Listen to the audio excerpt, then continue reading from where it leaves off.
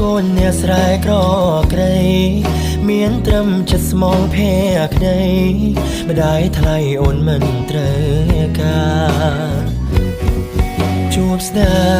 ហ៍មិនសាងសមនឹងវាសនាអូនត្រូវផ្គប់ចិត្តគ្រួសារស្នេហាប្រឆាបែកបាំងត្រូវទៅមុំឬដើរថយក្រោយរួមម្ដាយអូនដៀលបងថាអាក្របីគ្មានសែនសល់អ្វីក្រៅពីសំបកខ្លួនជីវិតរួមកំក្នុងភូមិមានឈ្មោះជាកូនអ្នកស្រែក្នុងដៃសង្ឃឹមអ្វីចង់ឲ្យរូបស្រីរួងក្បែរប្រាណទួងបីបងកូនអ្នកស្រែតែស្រែបងគឺស្រែពិនបើគេក្បត់ចឹងវមិនគ្រាំរៀងរៃត្រឡប់មកស្រងយើងវិញធ្វើស្រែធ្វើស្រូវដាំដុំពេញដីដើមថ្ងៃថ្មីបងនឹងរូបស្រីមិនឃ្លាតឆ្ងាយបងសុំកាយជាខ្នងក្របី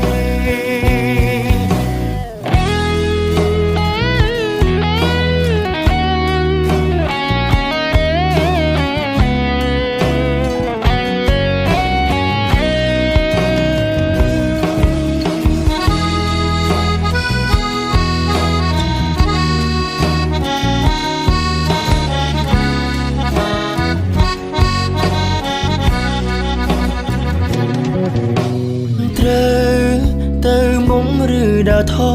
យក្រោយរួមម្ដាយអូនដៀលបងថាអាក្របីគ្មានសែនសល់អ្វីក្រៅ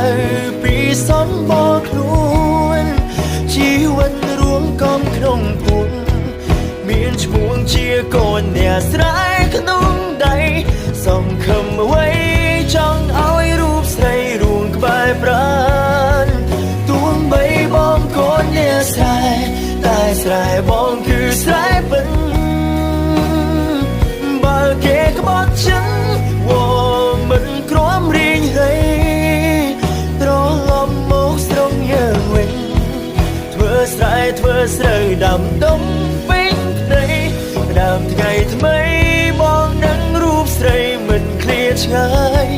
បងសុំកាយជាខ្នងក្របីរួមម្ដាយអូនដៀលបងថាអាក្របីគ្មានសែនសល់អ្វីក្រៅពីសំបកខ្លួនជីវិតរួមកំក្នុងភូមិមានឈ្មោះជាកូនអ្នកស្រែក្នុងដៃសង្ឃឹមអ្វីចង់ឲ្យរូបស្រីរួងក្បែរប្រាណទួងបីបងកូនអ្នកស្រែតែស្រែបងគឺស្រែពិនបើគេក្បត់ចឹងវមិនគ្រាំរៀងរៃត្រឡប់មកស្រងយើងវិញធ្វើស្រែធ្វើស្រូវដាំដុំពេញដីដើមថ្ងៃថ្មី